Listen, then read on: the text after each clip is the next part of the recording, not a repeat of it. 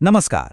આજે આપણે વાત કરીશું ભારત વર્ષની, એક એવી ભવ્ય સભ્યતાની જે ખાલી એક દેશ નથી પણ એક આખો ઉપખંડ છે. એના વારસાએ, એની સંસ્કૃતિએ સદીઓથી આખી દુનિયાને પ્રેરણા આપી છે.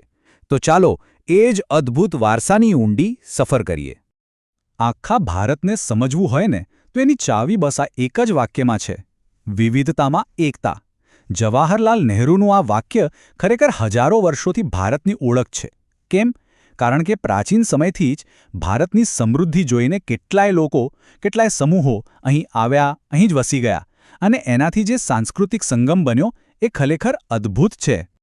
તો આજે આપણે કયા કયા મુદ્દાઓ પર વાત કરીશું? સૌથી પહેલાં જોઈશું વિવિધતામાં એકતા, પછી સમાજ અને શાસનના પાયા, જ્ઞાન અને સાહિત્યનો વારસો, કલા અને સ્થાપત્યની ભવ્યતા, અને છેલ્લે શિક્ષણ અને સમૃદ્ધિના પુરાવા. આ રીતે આપણે આખી સભ્યતાને તબક્કાવાર સમજીશું. તો ચાલો શરૂઆત કરીએ સમાજ અને શાસનના પાયાથી. કોઈ પણ મહાન સભ્યતા કઈ રીતે ટકે? એના લોકો અને એમના સંગઠન પર, બરાબર ને? તો આપણે એ જ સમજવાની કોશિશ કરીશું કે પ્રાચીન ભારતીય સમાજનું માળખું કેવું હતું, એમની ખેતીની રીતો કેવી હતી, અને ખાસ તો એમનું શહેરી આયોજન એ કેટલું જબરદસ્ત હતું. જો પ્રાચીન ભારત આટલું સમૃદ્ધ કેમ હતું, એનું સૌથી મોટું કારણ હતું એમની ખેતી. અને એ કોઈ સાદી ખેતી નહોતી. આજથી લગભગ 2500 વર્ષ પહેલાંથી એ લોકો લોખંડના હળ અને કુહાડીનો ઉપયોગ કરતા હતા. એટલું જ નહીં, એમની પાસે નહેરો, કૂવા, તળાવો જેવી અત્યાધુનિક સિંચાઈની વ્યવસ્થા પણ હતી. અને આ જ મજબૂત ખેતીના પાયા પર મોટા મોટા સામ્રાજ્યો ઊભા થયા હતા. પણ એક વાત સમજવા જેવી છે: આખા ભારતમાં સમાજની રચના એક જેવી નહોતી. દાખલા તરીકે, ઉત્તર ભારતમાં ગામનો જે વડો હતો એને ગ્રામ ભોજક કહેવાતો. એનું પદ તો વંશ પરંપરાગત હતું અને એ ખૂબ શક્તિશાળી હતો. ગામનો સૌથી મોટો જમીનદાર પણ એ જ, અને રાજા માટે ટેક્સ પણ એ જ ઉઘરાવે. પણ જો દક્ષિણ ભારતમાં જોઈએ તો ત્યાં પરિસ્થિતિ અલગ હતી. ત્યાં સમાજ મોટા ભાગે 3 વર્ગોમાં વહેંચાયેલો હતો: મોટા જમીનદારો, નાના ખેડૂતો અને જમીન વગરના મજૂરો. અને શહેરી જીવનની વાત કરીએ તો પુરાતત્વવાદીઓને પ્રાચીન શહેરોમાંથી એક ખાસ પ્રકારના કૂવા મળ્યા છે, જેને વલયકૂપ કહેવાય છે. હવે આ કોઈ સાદા કૂવા નહોતા. એનો ઉપયોગ શૌચાલય, ગટર કે પછી કચરાપેટી તરીકે પણ થતો. વિચારો, આજથી હજારો વર્ષો પહેલાં સેનિટેશન અને વેસ્ટ મેનેજમેન્ટની કેટલી જબરદસ્ત સમજ હશે. આને જ કહેવાય ઉચ્ચ કક્ષાનું અર્બન પ્લાનિંગ. તો આપણે એ તો જોયું કે લોકો કેવી રીતે રહેતા હતા, એમનો સમાજ કેવો હતો. પણ હવે એ સવાલ થાય કે એ લોકો શું વિચારતા હતા, એમનું જ્ઞાન કેવું હતું. તો ચાલો હવે આપણે પ્રાચીન ભારતના જ્ઞાન અને સાહિત્યના વિશાળ વારસાની દુનિયામાં જઈએ. પ્રાચીન ભારતનું જે સાહિત્ય છે ને, એને આપણે મુખ્ય 3 ભાગમાં વહેંચી શકીએ. પહેલું, ધાર્મિક સાહિત્ય, જેમાં ધર્મ અને ફિલોસોફીની વાતો છે.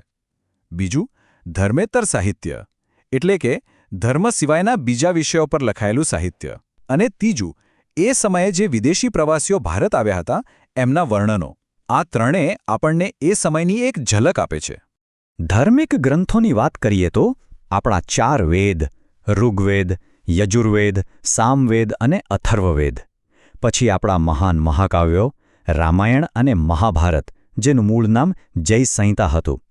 આ સિવાય બૌદ્ધ ધર્મના ત્રિપિટક અને જૈન ધર્મના 12 આગમ ગ્રંથો. આ બધા ગ્રંથોએ ભારતના આધ્યાત્મિક અને દાર્શનિક વિચારનો પાયો નાખ્યો છે. જ્ઞાનનો એક અખૂટ ખજાનો છે આ બધું. અને ફિલોસોફી એટલે કે દાર્શનિક ચિંતનની પરંપરા કેટલી ઊંડી હશે એનો અંદાજ આ આંકડા પરથી લગાવી શકાય છે. 108. જી હા, કુલ 108 જેટલા ઉપનિષદો છે. આટલી મોટી સંખ્યામાં ગહન દાર્શનિક ગ્રંથોનું હોવું એ જ બતાવે છે કે એ સમાજમાં જ્ઞાન અને તત્વજ્ઞાનનું સ્થાન કેટલું ઊંચું હશે. પણ એવું નથી કે બધું લેખન માત્ર ધર્મ વિશે જ હતું.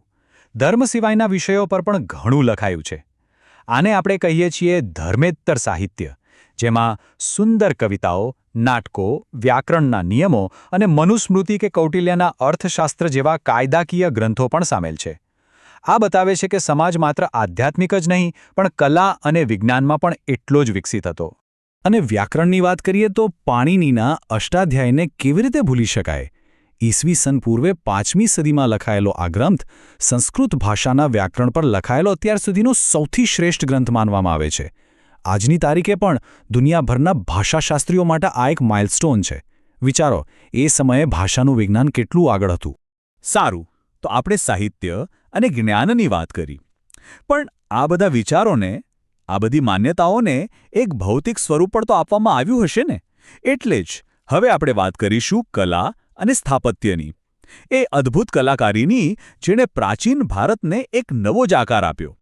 ભારતીય કલાની સફર ખરેખર હજારો વર્ષ લાંબી છે.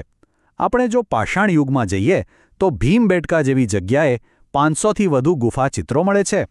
ત્યાંથી આગળ વધીએ તો હડપ્પીય સભ્યતાનું વિશ્વવિખ્યાત નગર આયોજન આવે. અને પછી તો ગુફા સ્થાપત્યનો સુવર્ણકાળ, જેમ કે અજંતા, ઇલોરા, નાસિકની ગુફાઓ, અને શિલ્પકળામાં ગાંધાર અને મથુરા જેવી મહાન શૈલીઓનો ઉદય થયો. આમ કલા સતત વિકસતી રહી. શિલ્પકળાની વાત કરીએ તો એ સમયમાં 2 મુખ્ય સ્કૂલ ઓફ આર્ટ હતી, ગાંધાર શૈલી અને મથુરા શૈલી. આ બંને વચ્ચે શું ફરક હતો? તો જુઓ, ગાંધાર શૈલી પર ગ્રીક કળાનો પ્રભાવ હતો, એટલે એ ગ્રીક અને ભારતીય શૈલીનું મિશ્રણ હતી. જ્યારે મથુરા શૈલી સંપૂર્ણપણે સ્વદેશી એટલે કે ભારતીય હતી. એક રસપ્રદ વાત એ છે કે બુદ્ધની સૌથી પહેલી મૂર્તિઓ મથુરા શૈલીમાં બનાવવામાં આવી હતી, પણ પછીથી ગાંધાર શૈલીમાં પણ બુદ્ધની ઘણી સુંદર મૂર્તિઓ બની. અને સ્થાપત્યની અજાયબીની વાત આવે તો ઇલોરાના શિવ મંદિરનો ઉલ્લેખ કરવો જ પડે. જરા કલ્પના કરો, કોઈ ઈંટ નહીં, કોઈ સિમેન્ટ નહીં, બસ એક જ મહાકાય ખડક અને એમાંથી આખું મંદિર કોતરી કાઢવાનું. આ કેવા પ્રકારની એન્જિનિયરિંગ અને કલાકારી હશે! ખરેખર આ કોઈ માનવસર્જિત અજાયબીથી ઓછું નથી. હવે જો આપણે ખાસ કરીને બૌદ્ધ સ્થાપત્યને સમજીએ તો એમાં મુખ્યત્વે 3 પ્રકારની રચનાઓ જોવા મળે છે. પહેલું છે સ્તૂપ. આ એક ગુંબજ જેવી રચના હોય જેની અંદર બુદ્ધના અવશેષો રાખવામાં આવતા. બીજું છે ચૈત્ય. આ એક પ્રકારનો પ્રાર્થના હોલ હતો. અને ત્રીજું છે વિહાર. આ એ જગ્યા હતી જ્યાં બૌદ્ધ ભિક્ષુકો રહેતા અને અભ્યાસ કરતા, એટલે કે એક પ્રકારનો મઠ કે મોનેસ્ટ્રી. તો આપણે સમાજ, સાહિત્ય, કલા, સ્થાપત્ય બધું જોયું, પણ આ બધી વાતોના પુરાવા શું છે? કેવી રીતે કહી શકીએ કે એ સભ્યતા ખરેખર આટલી વિકસિત હતી?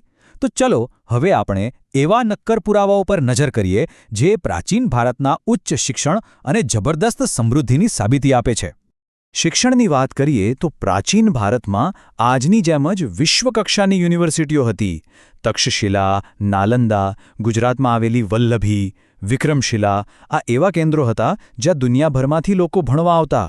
અને તમને જાણીને નવાઈ લાગશે કે વલ્લભી જેવી વિદ્યાપીઠમાં એડમિશન માટે એન્ટ્રન્સ એક્ઝામ પણ લેવાતી હતી. આ બતાવે છે કે એમની શિક્ષણ પ્રણાલી કેટલી વ્યવસ્થિત અને ઉચ્ચ કક્ષાની હતી. અને હા, શિક્ષણ એટલે ખાલી શાસ્ત્રો કે ફિલોસોફી જ નહીં, ટેકનિકલ એજ્યુકેશન પણ એટલું જ મજબૂત હતું.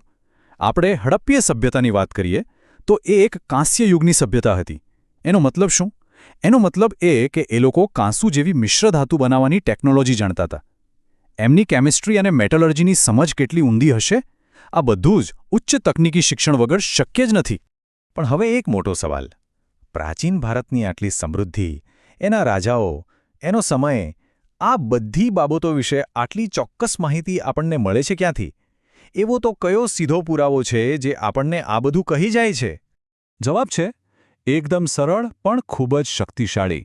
એ પુરાવો છે સિક્કાઓ. જી હા, એ સમયના સિક્કા. કારણ કે એ માત્ર પૈસા નહોતા, એ ઇતિહાસના બોલતા પુરાવા હતા. તો આ સિક્કાઓ આપણને શું કહે છે? જુઓ, સૌથી જૂના સિક્કા ઈસવીસન પૂર્વે 5મી સદીના છે, જે પંચમાર્ક સિક્કા તરીકે ઓળખાય છે. પછી ઇન્ડો-ગ્રીક રાજાઓ આવ્યા અને એમણે પહેલીવાર સિક્કા પર રાજાની છબી અને સમય છાપવાની શરૂઆત કરી. સૌથી શ્રેષ્ઠ સિક્કા ગુપ્તકાળના માનવામાં આવે છે અને એમાંના મોટા ભાગના તો સોનાના હતા. આ જ ભારતની સમૃદ્ધિનો સૌથી મોટો પુરાવો છે. એટલું જ નહીં, સિક્કા પરથી આપણને સંસ્કૃતિની પણ ખબર પડે છે. જેમ કે સમુદ્રગુપ્તને વીણા વગાડતા દેખાડવામાં આવ્યા છે. આના પરથી ખબર પડે કે એ રાજા કલાપ્રેમી પણ હતા. તો આપણે આખી સફર કરી પ્રાચીન ભારતની ભવ્યતાને જોઈ, પણ અંતે એક સવાલ થાય છે કે આ હજારો વર્ષ જૂનું સાંસ્કૃતિક વારસો આજે આપણા માટે શું અર્થ રાખે છે? આ બધું જાણીને આપણે શું શીખવાનું છે? આપણો આ ભવ્ય ઇતિહાસ આપણી આજની ઓળખમાં ક્યાં અને કેવી રીતે જીવંત છે? આ એક એવો પ્રશ્ન છે જેનો જવાબ કદાચ આપણે સૌએ પોતાની અંદર શોધવાનો છે.